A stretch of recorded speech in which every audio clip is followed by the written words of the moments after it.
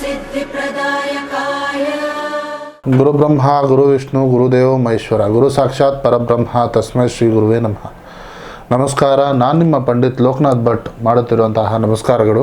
ಇವತ್ತಿನ ಈ ವಿಡಿಯೋದಲ್ಲಿ ಈ ಶ್ರಾವಣ ಮಾಸದಲ್ಲಿ ಕನ್ಯಾ ರಾಶಿಯ ಭವಿಷ್ಯ ಹೇಗಿದೆ ಈ ವಿಡಿಯೋದಲ್ಲಿ ನಾನು ತಿಳಿಸ್ಕೊಡ್ತಾ ಇದ್ದೇನೆ.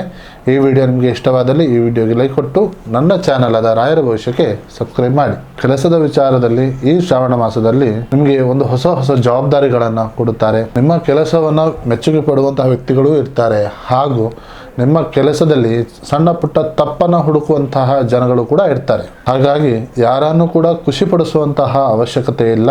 ನಿಮ್ಮ ಕೆಲಸವನ್ನು ನೀವು ಚೆನ್ನಾಗಿ ಮಾಡಿದರೆ ಸಾಕು. ಹೊಸ ಉದ್ಯೋಗಕ್ಕಾಗಿ ಹುಡುಕ್ತಾ ಇರುವಂತಹ ವ್ಯಕ್ತಿಗಳಿಗೆ ಹೊಸ ಅವಕಾಶಗಳು ಸಿಗುವಂತಹ ವಿಚಾರವಿದೆ. ಆದರೆ ಸಂಬಳ ಜಾಸ್ತಿ ಅಂತ ಹೇಳಿ ಕಣ್ಣು ಮುಚ್ಚಿ ಒಪ್ಕೊಳ್ಳೋಕೆ ಹೋಗಬೇಡಿ. ಕೆಲಸದಲ್ಲಿ ಸ್ಥಿರತೆ ಅನ್ನೋದು ಮುಖ್ಯ. ವ್ಯಾಪಾರ ಮಾಡೋರಿಗೆ ಈ ತಿಂಗಳು ಲಾಭ ಅನ್ನೋದು ಬರುತ್ತದೆ, ಆದರೆ ಲಾಭಕ್ಕಿಂತ ಸ್ವಲ್ಪ ಹಣ ಖರ್ಚು ಮಾಡುವಂತಹ ವಿಚಾರ ಬರುತ್ತದೆ. ಹೊಸ ಐಡಿಯಾವನ್ನ ನೀವು ಪ್ರಾಯೋಗಿಕವಾಗಿ ವಿಚಾರ ಮಾಡೋ ಹಾಗಿದ್ರೆ ಹಿರಿಯರ ಸಲಹೆಯನ್ನು ಪಡೆಯಿರಿ. ಬೇಗ ಹಣ ಮಾಡ್ತೀನಿ ಅನ್ನೋ ಆಸೆಗೆ ಬಿಡೋದಕ್ಕೆ ಹೋಗಬೇಡಿ. ಈ ಹಣಕಾಸಿನ ವಿಚಾರದಲ್ಲಿ ಈ ಮಾಸದಲ್ಲಿ ಸಮತೋಲನ ಅನ್ನೋದು ಇರಬೇಕಾಗುತ್ತದೆ. ಒಂದು ಕಡೆ ಆದಾಯ ಇದ್ದರೆ ಇನ್ನೊಂದು ಕಡೆ ಖರ್ಚು ಅನ್ನೋದು ಕೂಡ ಇರುತ್ತದೆ.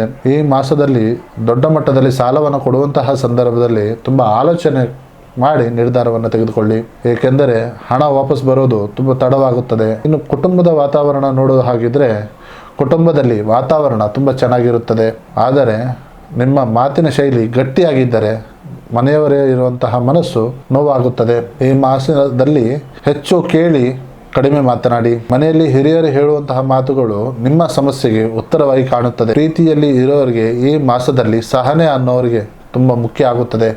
ಸಣ್ಣ ವಿಷಯಕ್ಕೂ ಕೂಡ ಅನುಮಾನ ಪಡ್ಲಿಕ್ಕೆ ಹೋಗಬೇಡಿ. ಗಂಡ ಹೆಂಡತಿ ಅವರವರ ಕೆಲಸದಲ್ಲಿ ಬ್ಯುಸಿ ಇರೋದ್ರಿಂದ ಸಮಯ ಕೊಡುವಂಥದ್ದು ಕಡಿಮೆ ಆಗಬಹುದು, ಆದರೆ ಒಂದು ಚಿಕ್ಕ ಮಾತು ನಿಮ್ಮ ಸಂಬಂಧ ಉಳಿಸುತ್ತದೆ. ಈ ತಿಂಗಳು ಆರೋಗ್ಯದ ಬಗ್ಗೆ ನಿರ್ಲಕ್ಷ್ಯ ಮಾಡಿದರೆ ತೊಂದರೆ ಆಗಬಹುದು. ಹೊಟ್ಟೆಯ ಸಮಸ್ಯೆ, ಚರ್ಮದ ಸಮಸ್ಯೆ, ವಿಟಮಿನ್ ಡಿ ಕಮ್ಮಿ ಆಗುವಂಥದ್ದು ನಿಮ್ಮ ಆರೋಗ್ಯಕ್ಕೆ ತೊಂದರೆ ಆಗಬಹುದು. ಇನ್ನು ಶ್ರಾವಣ ಮಾಸದಲ್ಲಿ ಶಿವನ ಆರಾಧನೆ ಮಾಡಿದ್ರೆ ನಿಮ್ಮ ಮನಸ್ಸಿಗೆ ಶಾಂತಿ ಅನ್ನೋದು ಕೊಡುತ್ತದೆ. ಪ್ರತಿ ಸೋಮವಾರ ಶಿವನಿಗೆ ಬಿಲ್ಪತ್ರೆ ಅನ್ನೋದು ಅರ್ಪಿಸಿ. ಹಾಗೇನೆ ದುರ್ಗಾದೇವಿಯ ದರ್ಶನವನ್ನ ಮಾಡಿ. ನಿಮ್ಮ ಶುಭ ಬಣ್ಣ ಹಸಿರು, ಶುಭ ಸಂಖ್ಯೆ 5. ನೋಡಿದ್ರಲ್ಲ ವೀಕ್ಷಕರೇ, ಶ್ರಾವಣ ಮಾಸದಲ್ಲಿ ಕನ್ಯಾ ರಾಶಿ ಭವಿಷ್ಯ ಹೇಗಿದೆ ಅಂತ ತಿಳಿಸಿಕೊಟ್ಟಿದ್ದೇನೆ.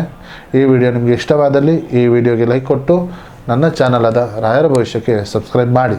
ಹಾಗೂ ನಿಮ್ಮ ಸಮಸ್ಯೆ ಏನೇ ಇದ್ದರೂ ಸಹ ನೇರವಾಗಿ ಬಂದು ಭೇಟಿಯಾಗಿ ಅಥವಾ ಈ ಕೆಳಕಂಡ ನಂಬರಿಗೆ ಕರೆ ಮಾಡಿ. ಧನ್ಯವಾದಗಳು.